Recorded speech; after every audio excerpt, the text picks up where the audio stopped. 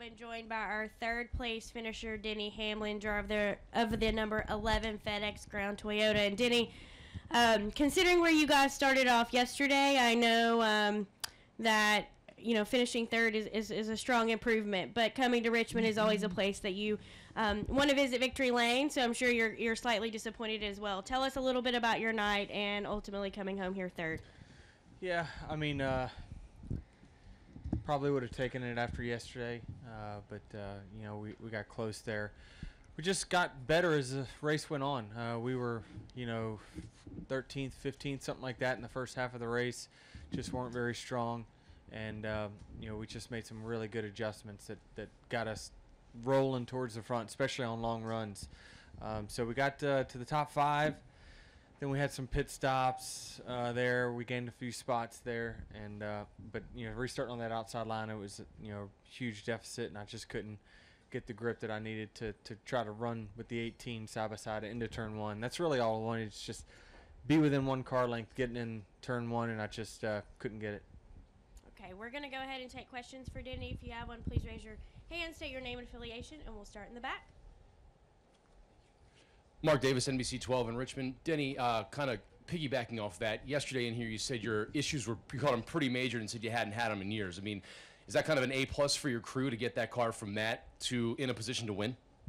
Yeah, definitely. I definitely consider that a great job by my team to get me in the ballpark for sure. I mean, the last thing you want to do is come here and kind of get embarrassed and not run well, especially when you know what you need out of your race car. So they did a good job of making good adjustments overnight. We still weren't that good, but we just had some good circumstances that got us up front there at the end. Okay, we've also been joined by our second place finisher, Chase Elliott, driver of the number 9 NAPA Chevrolet. And Chase, we'll go to you quickly for a quick recap of your night to come home in second place here at Richmond. Yeah, just a very fortunate circumstances there at the end for us with the way the restarts went, and having a short run there at the end was definitely in our favor. So it was nice to be on the good end of things for the first time in a while. So looking forward to, we have to be realistic, I think, about how we ran tonight. I think the result shouldn't weigh into how hard we work this week because we have some work to do, and I think that we have to keep that in mind. All right, we'll continue with questions for Denny or Chase, okay? We'll go to Paul, please. Paul Woody, Richmond Times-Dispatch. Denny, if you don't mind talking about it for a second, Kyle is awfully good on restarts. Do you have any? What makes him so good, and is it a real challenge to try to beat him off the line in those situations? It is. He's really good at gaming the restarts, kind of mixing it up with, where he takes off and everything. But I think this one is more so just that the top has just got a real big deficit. You can't, especially at this track, if you're just a millisecond behind, when they get in the throttle and they have the preferred groove, they can really take off. And I just wanted to be within 1 car length of him getting in turn 1 at some point, but I just couldn't hold it up there. So, yeah, he's real good on restarts, and whenever you can dictate them, you really look strong. Okay, any questions upstairs in the press box? Okay, we'll come back downstairs. Any final questions? Okay, we'll go to Matt. Matt Weaver, AutoWeek.com. For both of you guys, the first 2 stages went clean and green outside of the competition cautions. Do you guys surprised by that? What creates the long green flag runs? Less debris cautions really is the biggest thing, and these cars are fairly reliable now. The drivers take care of their cars more so than they used to, and it's just a kind of a product of that. I mean, NASCAR has chosen to let these races kind of play out fairly for the competitors, and it's might not always be the best for TV, but it's certainly fair for us. Yeah, I mean, I would say similar response. I think that we have 2 planned debris cautions each race, and I think that that's kind of how they view that now, which is perfectly fine. It's how the race would naturally play out without them. So I don't have an issue with it. Thank you. All right, I believe we have another question in the back. Mark Davis from Channel 12 here in Richmond again. Question for both you guys. This race, the night races here typically start a little after 7:30. This one's starting a little after 6:30. How much does that affect the track, and how much the track changes, and how much that changes your race and your guys' respective plans throughout the course of the evening? Yeah, it's definitely a little different. There was, the sun was a little bit of a pain there as it was setting on the back stretch, so it's a different dynamic than I've been used to here, at least in my few starts on the Cup side. So I feel like the track did take a little bit of a swing. I thought the guys that were, there was a couple guys that were good at the beginning that were really bad when it got dark. So definitely a swing of events there. All right, I believe we had another question. Nick Vanderlog, Progress Index. Denny, once again, talk about how your pit crew helped you to get up there, and what's been key to him being so consistently strong and getting you, putting you in those positions. Yeah, they did a really good job today. That's for sure. I mean, we've been mediocre. I think if you look at stats through the year, we've been mediocre on pit road. I've been atrocious on pit road, but we had a good stop there towards the end of the race. I don't know if the other guys had issues or not, but I know the 78 looked like he had some issues on pit road, but we just we capitalized, did a good job of.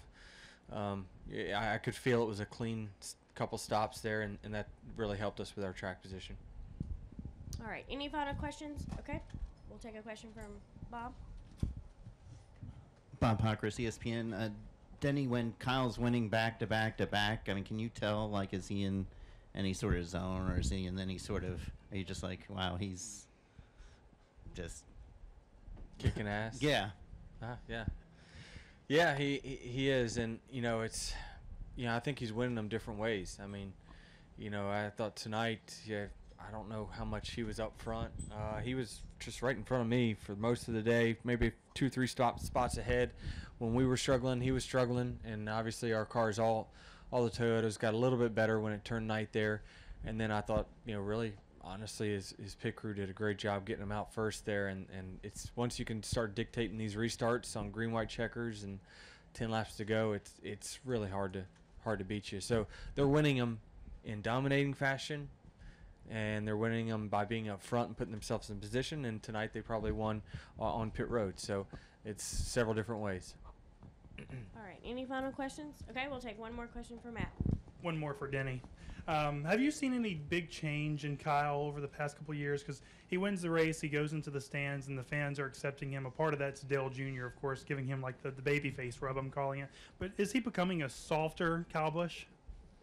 I don't think so. I think he's the same, guy. He's obviously matured. He's got, kids and obviously Samantha that, is a good support group for him. So I think he's just gotten older. That's the biggest thing. Once you get in your 30s, it seems like a lot of things change personally for you. He's got a ways till that happens, but it's just different kind of fun that you have when you're a little bit over, and he's really ultra focused on trying to win more championships, as we all are. But I think he's been a great teammate, especially this year. I think this year we've probably talked more than we ever have. I think our relationship, me and him personally, is as good as it's ever been. So we obviously need to look to them and see what we can do to be better, because obviously there's just a tick better than us on a consistent weekly basis. Okay, I believe we have one final question in the press box. Go ahead. Lee Spencer, RBN. Chase, there's been a lot of fan reaction on Twitter throughout the earlier course of the race, saying, it's all of Ford and Toyota's show. You kind of feel that Hendrick is catching up, and where have you seen gains if that's the case? Yeah, I mean, I think we've been getting better for sure. Over the course of the past handful of weeks. I thought last week was really probably our best effort as a company. Obviously, we crashed there at the beginning, but I felt like our car was solid throughout the whole weekend, and obviously our teammates ran well. So, I think we have to continue to be realistic with ourselves. We can't look at the results tonight and think, we're right there, because in reality, I think we still have some work to do, and I think anybody amongst our team would say the same thing. I'm not knocking anyone or anybody on my team or whoever. but we all know we need to do better, and I think that we just have to be realistic with ourselves. All right. Denny, Chase, thank you guys both for your time. Best of luck next weekend in Talladega. Okay, we will begin our winners press conference for tonight's 64th annual Toyota Owners 400, and we are joined now by the crew chief of the number 18 M&M's Flavor Vote Toyota, and that's Adam Stevens, and the owner of Joe Gibbs Racing, and that's Coach Joe Gibbs. Gentlemen, congratulations! 3 wins in a row.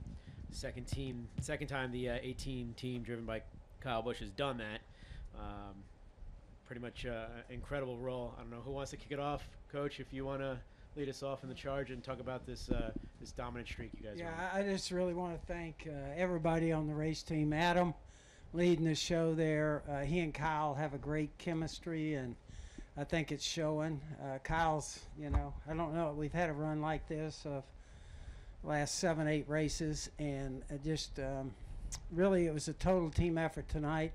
Not sure I've ever been to a race where we had 4 of our cars kind of start off where I thought we were going to have a tough night, and they just all kept working, and I think they all finished.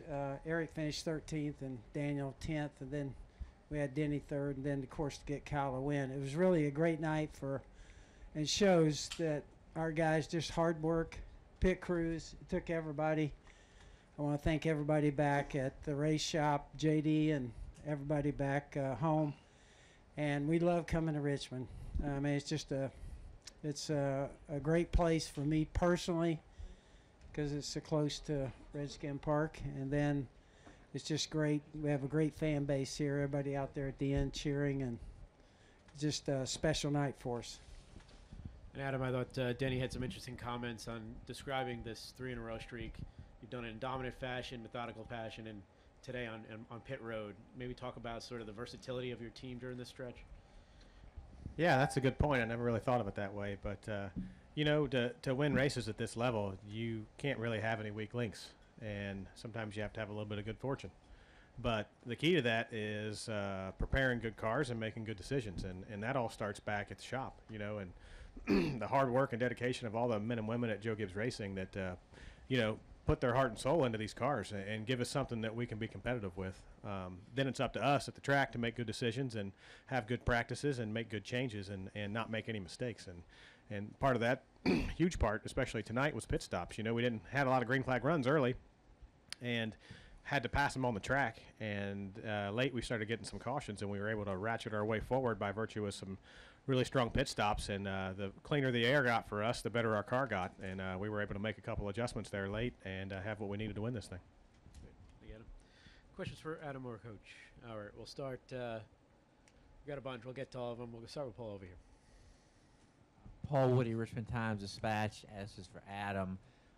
2 things about Kyle. Tonight he started 32nd, and he worked his way up. What enables him to do that? And also on restarts, he seems to be almost unbeatable when he's got the advantage. Why is he so good on restarts? Whoa. Well, it's going to be a while to answer these questions fully. But, we started in the back because I screwed up qualifying. It was a crew chief error. I told him to run 2 laps, and he took that at face value. And by the time I realized that our second lap wasn't good enough, he had already crossed the line and shut it off, and there wasn't nearly enough time to get it fired back up and try again. And you wouldn't want to put another heat cycle on them anyway. But we didn't make a mock run in practice with the tight practice schedule and only having 3 sets of tires. And we just didn't have the tires up to temperature when it was time to go. So that was all on me. So we started in the back and only had 2 laps on our tires. And a lot of those guys had 5, 6, or 7 laps. So that was part of the advantage moving forward. I think we made really good changes, and we were probably going into the race and probably had a little bit more motivation to probably maybe be a little bit more aggressive than what we would if we would have qualified in the top 6 or 7 like we probably should have. So we had to make bigger changes to make sure that we were going to have what we needed in the race. And he just kind of paced himself and didn't get ahead of himself too much coming up through traffic. Which is what you need to do. And then the second part of your question about restarts, That's probably a better question for him, and look who just walked in. But, you know, part of it's being aggressive and knowing how hard you can push without slipping over that edge, and that's one of his strong suits, the crispy edge. We are also joined by the winning driver, the number 18 Toyota, and that is Kyle Busch. Kyle, obviously 3 wins in a row, but also in the larger grand scheme of things, you tie Buck Baker, NASCAR Hall of Famer, for 15th on the all-time Monster Energy wins list. So congratulations on that. And maybe talk about that milestone, the 3 in a row, and the overall dominance of the 18 team. Well, it was a great night tonight. You know, I wasn't sure we were going to have any dominance, and I don't think we necessarily did, but we certainly put ourselves in position all night long to have that opportunity and that chance to go out there and win the race. Thanks to our pit crew. Guys did an amazing job. Those last 2 pit stops got us out front where we needed to be, got us the lead. And our car was fast enough on the short run to be able to hold on to it right there. So, you know, we knew. I thought the 4 and the 14 were probably the best on the long haul, especially after about lap 60. They seemed to be pretty good. That one run that came, I don't know, that green flag cycle of stops. It seemed like I was kind of closing in on those guys a little bit, and I was just trying to bide my time and see if the race was going to go green to the end. You know, you're trying to pick out your tire strengths and that was going to be what, 68 laps to the end or so. Yeah, so, you know, trying to bide my time and just try to hold on to the car and make sure I had tire to be able to race those guys if it came down green all the way, but it didn't, and we had some pit stops. So pretty cool to win 3 in a row. I mean, that's really special. Certainly we did that in 15 and almost won 4 in a row. We ran out of gas a half a lap to go, and next week we go to Talladega, so I think it's easier to win the Powerball than to win at Talladega. But we'll give it a go anyways. We'll see what we get. And to tie another Hall of Famer certainly means a lot. You know, it's a huge deal to continue to climb the ladder of wins. You know, I don't know what else to say. Just I got to be thankful of Joe Gibbs Racing, and Toyota, TRD, M&M's, everybody that's been our partners that's helped me get to this point in my career. And having Adam Stevens as my crew chief these last 3-4 seasons has just been a phenomenal experience, and we'll just keep digging. Thank you, Kyle. Continue over here. Yeah, question for Coach. It seems like the crowd was embracing Kyle and his win. It's not always that way here. Have you noticed that this year, and what do you think's behind that? Yeah, I have. A bunch of the guys out there stayed late. They were all cheering rowdy, and I went over the fence and thanked them. Yeah, I think it's everybody in the sport has respect, and they have respect for Kyle, the way he competes. And so, like I mentioned, Richmond to me is a great place that I personally like to come home to because they got so many. I do all the hospitalities. We had a bunch of them today. I had 4 hospitalities with our sponsors, and it's really great to come here and get a chance to say hi and thanks to everybody. Go to Bob. Bob Pockris, ESPN. Joe, did you see Kyle go into the stands after the race? I did not. Did you? Yeah, buddy. Oh, my gosh. I didn't know. You should not do that. You better risk. That was my question. Do you encourage him going into the stands? No, I do not. But anyway, I think that's great, though. He went up there and he came back. That's what's even better. They didn't keep him. Matt Corson with the Racing Experts and ESPN Radio Albuquerque. For Coach Gibbs, last week you had mentioned that you had a number of meetings scheduled with NASCAR to discuss the pit gun issues. Are there any updates that came out of your talks this past week? I think we did have real good meetings, and I think we've done a good job of addressing it. I think we have a game plan. NASCAR does. Everybody met on it, RTA, everybody, and I think we got a plan going forward. And so I think it's one of those things we just got to work our way through. Jerry Jordan, kickingthetires.net, PRN, way back here in the way back. Adam, and for you, Kyle, as well. Last week, Kyle, you said this was the track that you felt you were good at. Adam threw himself under the bus and said he hadn't figured this place out. Apparently, y'all figured it out tonight. What can you say about? Can you go into the fall race here thinking that you learned something, Adam? That's a very, very dangerous thing to do right there. Richmond, it's always a little bit different, and the setups change, and What it takes to be fast tonight might not be what it takes to be fast even tomorrow night, let alone a few months from now. But, it wasn't a dominant effort. But nobody dominated, really. You saw 4-car, 3-car races for the lead pretty much the entirety of the race. So it's all about the little things at Richmond. You have to have all the details right, and small adjustments can show up big on the stopwatch. So sometimes it's easy as driver and crew chief to forget that, and sometimes you're a little closer than you think you are when you think you're far off. That's what I'm trying to sell him, but we'll see if he picks up on that here. I'm not buying. Have I figured it out? I knew how to run this place before I got with him. Took him to figure it out running with me.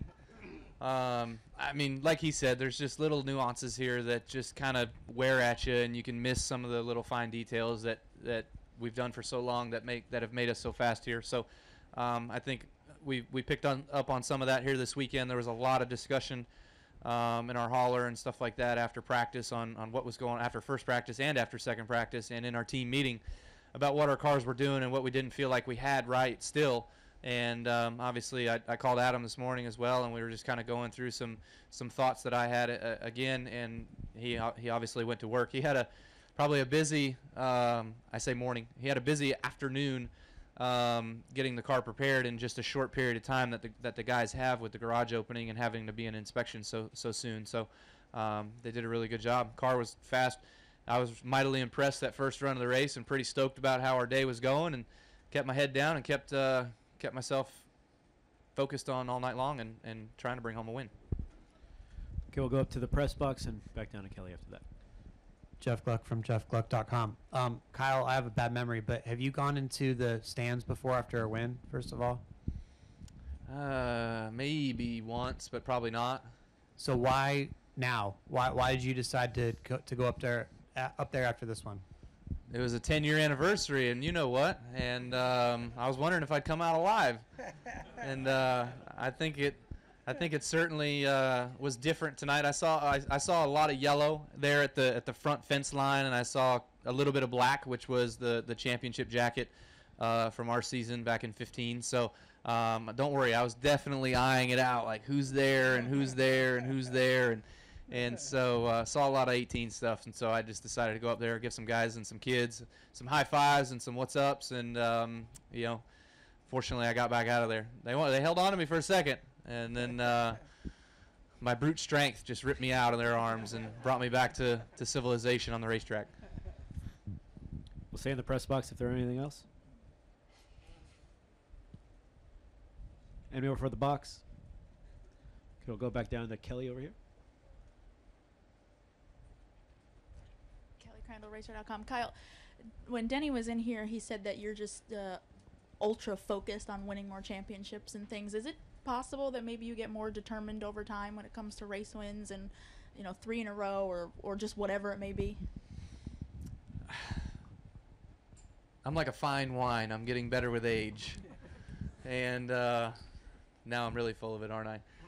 And no, I think the biggest thing is just the continuation of trying to get better. I think you can always improve. It doesn't matter how old you are, how young you are, what things you're doing behind the scenes, what film you're watching, what notes you have. I think you can always get better, and that's just kind of what you try to do. And it always seemed so easy for Jimmy when Jimmy was doing it. It was like, what is he doing, and how does it seem so easy? And I wouldn't say we're to that point yet. Obviously, we haven't won 5 in a row, but finishing in the top 3 7 weeks in a row is impressive for me. And so I like to continue that anyways, and all throughout the season have that shot when it comes down to the final 10 weeks and go after another championship for sure. Race wins is where it's at, but most importantly, championships is where it's at, and would love to deliver more for Joe Gibbs Racing. Any more questions for our winning team? Back here. John Haverland with ESPN Albuquerque. For Kyle, just I guess for a fan's perspective, do you think that they were entertained watching the race? Did they get their money's worth, even though the first 90% was pretty calm, and then the last 50 laps or so were pretty crazy?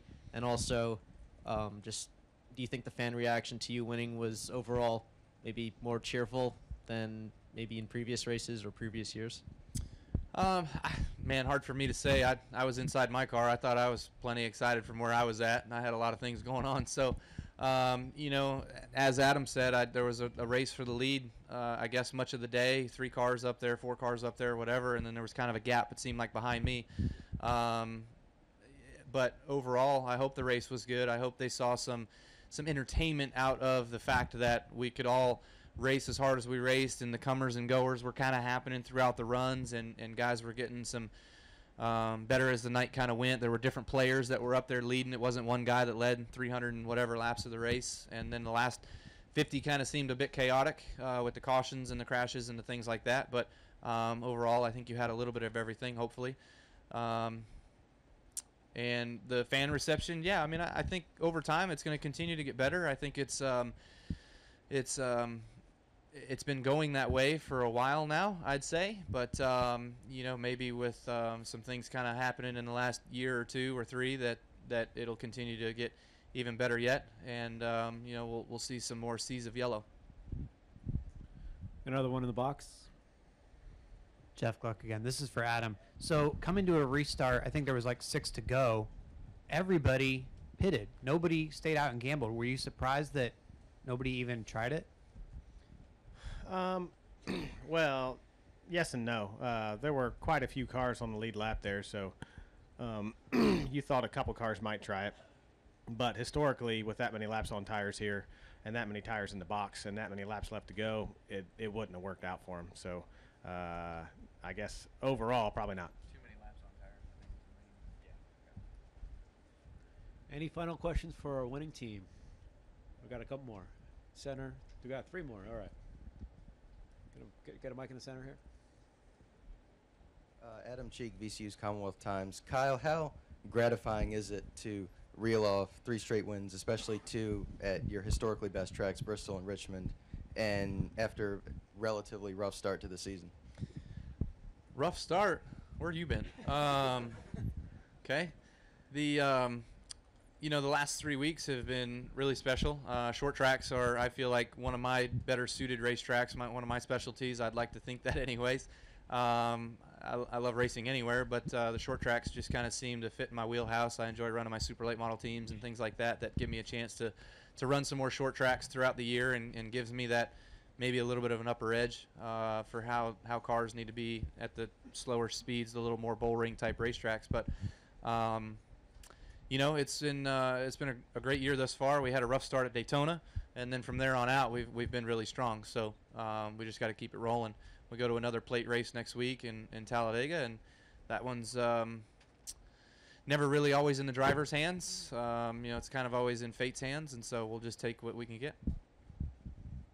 Dustin Albino, FrenchJudge.com. For Kyle and Joe, unrelated from this race, but how impressed were you with Noah last night?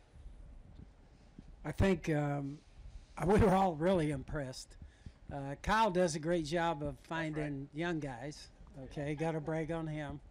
But he really does, and he spots a lot of them. He's still, you know, he's racing in the other series sometimes, smaller series away from here, and has a way with the truck series too to find young guys. I thought Noah last night, that was impressive.